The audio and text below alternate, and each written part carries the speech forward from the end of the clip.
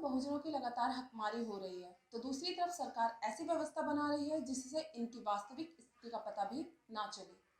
जातिगत जनगणना से ये सारा खुलासा हो जाएगा। स्थिति क्या है, इनका विभिन्न क्षेत्रों जैसे नौकरी, व्यवसाय आदि में कितना प्रतिनिधित्व है। मैं हूं रिया और आप देख रहे हैं बहुजन दस्तक टीवी। बहुजनों के साथ हो रहे इस जातीय भेदभाव पर विरोध की आवाज अब तेज होने लगी है। दिल्ली में कल आयोजित कार्यक्रम से ऐसा ही लगता है। निजीकरण के खिलाफ सभी बहुजन संगठनों का एक साझा प्रयास सभी को एक मंच पर लाने की मुहिम तेज हुई। देश में निजीकरण कर पिछड़े वर्गों को दिए गए आरक्षण को खत्म करने का षड्यंत्र किया जा रहा है। साथ में अभी दूसरी बार 30 IAS बिना परीक्षा के भर्ती किए जा रहे हैं। एक भी पद आरक्षित नहीं है। इससे बहुजनों की हकमारी हो रही है। लगातार हो रहे इन समस्याओं के मूल कारणों को गहराई से समझने की जरूरत है। इनका कारण और निराकरण हमारे महापुरुष बता चुके हैं, जिन्हें समझने और अमल में लाने की जरूरत है। मांगने से कुछ नहीं मिलेगा। बहुजनों को बहुजन बनाओ, समाज को संगठित करो और देने वाली जमात बनो, मांगने वाली नहीं। इस संगोष्ठी का उद्देश्य बहुजनों के लगातार हो रहे शोषण को जानना, उनके पीछे छुपे मूल कारणों को समझना, इससे बाहर निकलने के व्यवहारिक उपयोग पर चर्चा करने हेतु है। इन सारी समस्याओं को समझने के लिए दिनांक 25 मार्च 2021 गुरुवार 2 बजे से शाम 8 बजे तक speaker hall annexe constitution club of India Rafi मार्ग, नई दिल्ली में एक कार्यक्रम पैगाम बहुजनों की हकमारी आयोजित किया गया। इस कार्यक्रम को आयोजित करने में इन संगठनों ने बढ़ चढ़कर हिस्सा लिया।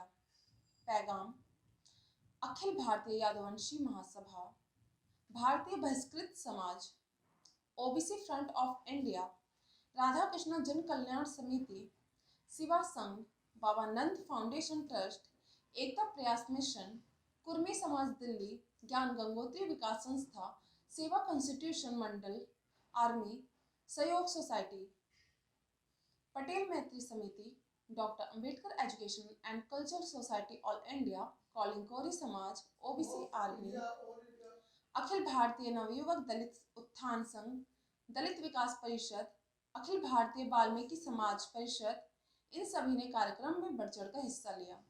कार्यक्रम की प्रस्तुति के लिए constitution club of India hall भीड़ से खचाखच भरा हुआ था।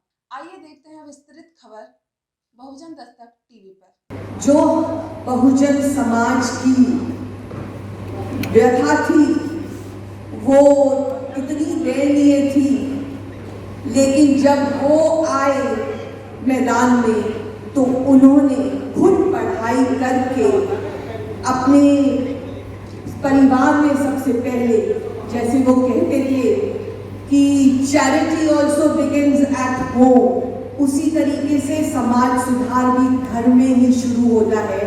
तो उन्होंने अपनी पत्नी को भी शिक्षित किया, जो कि आगे बढ़कर पहली महिला शिक्षिका बनी। तो आइए हम उनके कार्य जो उन्होंने समाज सुधार के लिए किए वो देखते हैं इस वीडियो के माध्यम से, और जो उन्होंने कठिनाइयों को भी सहा और फिर भी हिम्मत नहीं हारी और हम लोगों को इस प्लेस पे लाए कि हम लोग आज फिर भी सिर उठा के जी सकते हैं। वो पहले ऐसे इंसान थे जिन्होंने हमारे समाज को सुधारने के लिए कार्य किया। तो आइए वीडियो देखते हैं। तालीम का शोबा हो, उसमें इत्तेहाद की जरूरत है।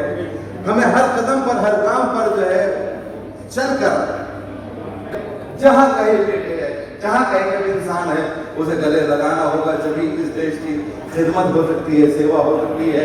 ये हिंदुस्तान जब ही बन सकता है कि हिंदुस्तान जो की बात कितनी कदर व कीमत है। ऐसा नहीं, हमारी इस कदर व कीमत में जब चार चांद लग सकते हैं कि जब हम में आपस में एक नजरिया होगा, एक बात होगी।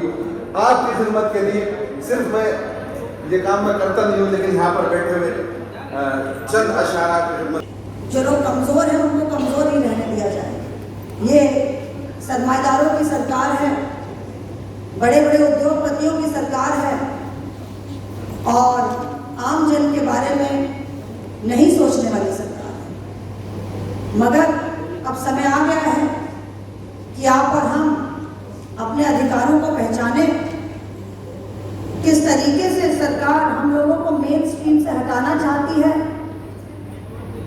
हमको मेन स्ट्रीम से काटना चाहती है और सिर्फ धर्म के आधार पे पोलराइज करके देश को बांट के अपनी सत्ता पर काबिज रहना चाहती है। आज मंदिर मस्जिद की बात होती है मगर रोजगार की बात नहीं होती। आज लोगों को धर्मों के आधार पे, जातियों के आधार पे बांटा जाता है मगर आज भी देश के कितने बच्चे भूखे सो रहे हैं उस पर बात नहीं होती। अगर कोई हिम्मत करता है आवाज उठाने की तो उसको देश छोड़ के पाकिस्तान जाने की सलाह दे दी जाती है। मैं आनंद पर्वत से निगम पार्षद हूं जो कि एससी रिजर्व वार्ड है, महिला आरक्षित सीट भी है, एससी महिला आरक्षित सीट है। हमारे नेता राजीव गांधी जी की सोच थी कि महिलाओं की भागीदारी राजनीति में होनी चाहिए। उन्होंने पंचायत में आरक्षण दिया। उसी सोच को आगे बढ़ाते हुए दिल्ली की पूर्व मुख्यमंत्री शीला दीक्षित जी ने नगर निगम में महिलाओं के लिए 50% सीटें आरक्षित की और तभी मुझ जैसी एक अनुसूचित जाति की महिला को, जो कि एक साधारण परिवार से आती है, मुझको प्रतिनिधित्व करने का मौका मिला और आज मैं इस काबिल बनी कि आप जैसे लोगों के सामने मैं अपना वक्तव्य रख रही हूँ।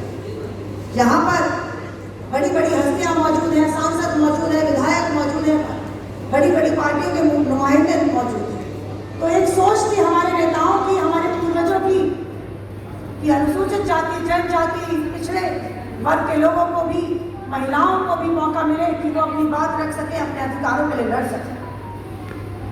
मगर आज पूरी तरीके से देश के संविधान के खिलाफ काम किया जा रहा है। मैं आप लोगों में जितना अनुभव तो नहीं रखती, आप देश के हालात मुझसे बेहतर समझते हैं।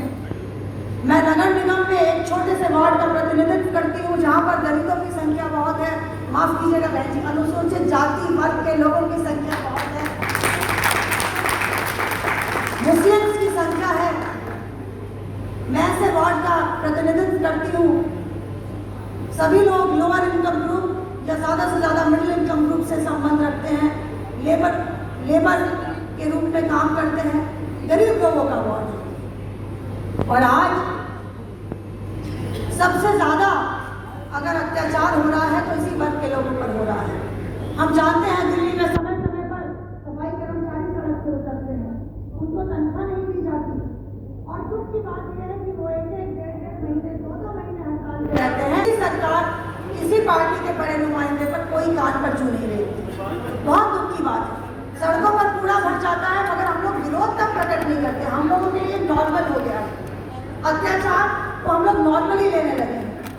आज कई महीनों से हमारे किसान सड़कों पर बैठे हैं, बारिश, धूप, सर्दी सबको झेल रहे हैं मगर हम लोग चुप हैं, हम लोग आवाज नहीं उठा रहे हैं। हमारे लिए वो नॉर्मल हो गया है। जब किसी गरीब की मृत्यु हो जाती है, वो अत्याचार सहन नहीं कर पाता, किसान आत्महत्या कर लेता है, कोई मजदूर भाई अपनी जान त्याग देता है, हम लोगों के लिए सब नॉर्मल हो गया है। बहुत दुख की बात है। मैं ज़्यादा कुछ ना कहते हुए सिर्फ यही कहना चाहती हूँ, हम सब एकजुट हो, आगे आए और अपनी आवाज़ उठाएं। चाहे वो आवाज़ इस तरीके की कॉन्फ्रेंस के माध्यम से उठे, चाहे वो आवाज़ सोशल मीडिया के माध्यम से उठे और चाहे वो आवाज़ सड़कों पे उतर के उठे, लेकिन हमें अपनी आवाज़ उठानी पड़ेगी। हमें इस गूंगी बहरी सरकार को जगाना पड़ेगा और हमें अपने अधिकारों के लिए लड़ना पड़ेगा। बाबा साहब के संविधान को ताक पर रख के सरकार चलाई जा रही है और हम आने वाला कल हमारे बच्चों के लिए, हमारी अगली पीढ़ी के लिए कैसा होगा, ये सोच के भी मेरे रोंगटे खड़े हो जाते हैं। आपने मुझे इतने बड़े मंच पे बुलाकर अपना वक्तव्य रखने का मौका दिया। मैं सभी सम्मानित साथियों का बहुत बहुत धन्यवाद करती हूँ। मैं खासकर डॉक्टर यादव साहब, उन्होंने मुझे आमंत्रित किया। किया यहाँ पर मेरी बात रखने का मौका दिया, उनका मैं बहुत बहुत धन्यवाद करती हूँ।